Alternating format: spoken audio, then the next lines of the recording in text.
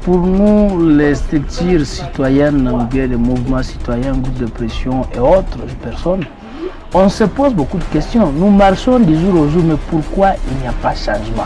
Il n'y a pas de changement puisque les personnes qui sont élues par la population, ils ne savent pas quelle est leur mission régalienne ou bien quelle est leur mission leur confiée par la population. Vous êtes venus devant nous, nous vous avions élus, bien nous avions voté pour que vous puissiez nous représenter.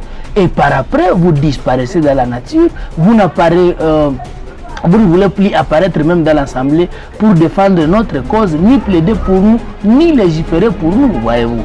Et nous, quand on a appris qu'il y a une liste de personnes qui seront, mais qui sont déjà invalidées, pour nous, ça nous réjouit, puisqu'on ne peut pas accepter que quelqu'un puisse toucher l'argent du trésor public et qu'il ne fait pas son travail comme il fallait, voyez-vous. Et lorsque vous me citez la liste, je vois un certain François Nzekouye, mais il est méconnaissable même à Rutshuru.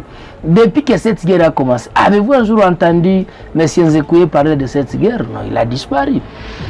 Nzekouye, moi je ne sais pas si la population peut encore voter Nzekouye, dans le sens où ils sont au courant de ce que Nzekouye fut à l'époque de Kabila, ils sont au courant comment est-ce que M. Nzekouye a refusé de les représenter. C'est qu'ici au Nord Kivu, tout celui qui sera invalidé, nous ne voulons plus les voir apparaître.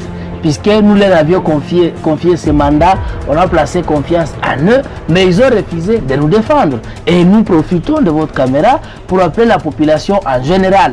Si du moins ces gens parvenaient à être invalidés, vraiment qu'on les valide aussi dans la société, qu'on ne puisse plus les recevoir, qu'on ne puisse plus même voir des photos affichées comme candidats, puisque nous vous avions voté pour nous représenter. Et puis tu refuses de nous représenter. Et puis vous voulez encore revenir devant nous pour vous envoyer encore pour aller dormir et se reposer en Europe. Non, trop c'est trop.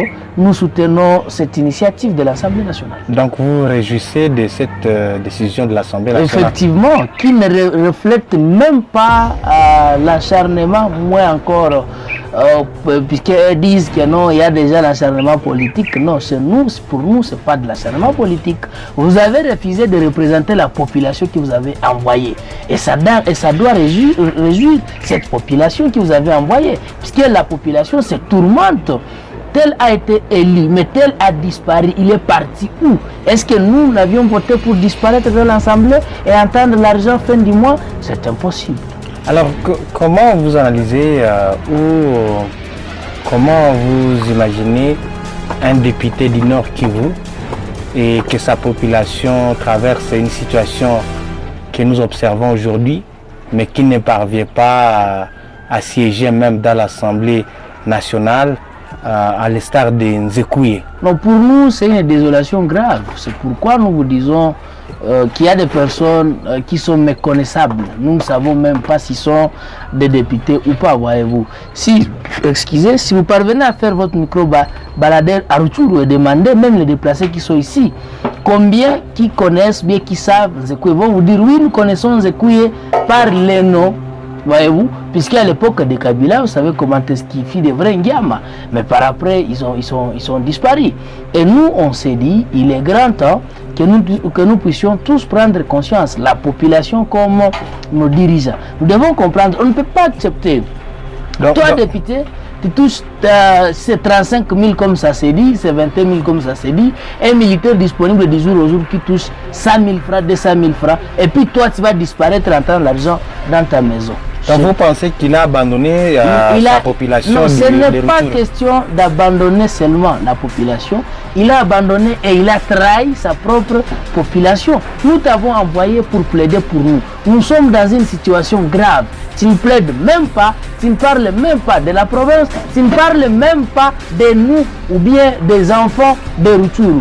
Mais vous avez accepté de les abandonner, de les délaisser à leur propre essor, monsieur le... Donc là, vous parlez de Nzekouye? Non, je parle de Nzekouye. Effectivement, c'est lui qui apparaît à la liste de personnes qui méritent d'être invalidées. Et vous pensez qu'il ne mérite plus la confiance de la population? Non, il doit être rejeté en pâture, comme ça s'est dit, puisque nous les avions envoyés et même ils ont décidé de ne pas nous représenter. C'est qu'il ne mérite plus la confiance de la population. Vous pensez qu'il a quelque part une responsabilité dans ce qui se passe à l'Est? Non, moi je ne dirais pas qu'il a une responsabilité d'une manière pragmatique, mais d'une manière théorique, oui, puisque la population, son silence aussi, la population vous avez envoyé et vous avez accepté de les laisser, et vous avez accepté de croiser bras. Vous vous reprochez de quoi, voyez-vous? Vous vous reprochez de quoi? C'est que... Alors peut-être qu'il n'a pas été content de la politique actuelle. Non, même s'il n'a pas été content de la politique actuelle, la population t'a envoyé, voyez-vous.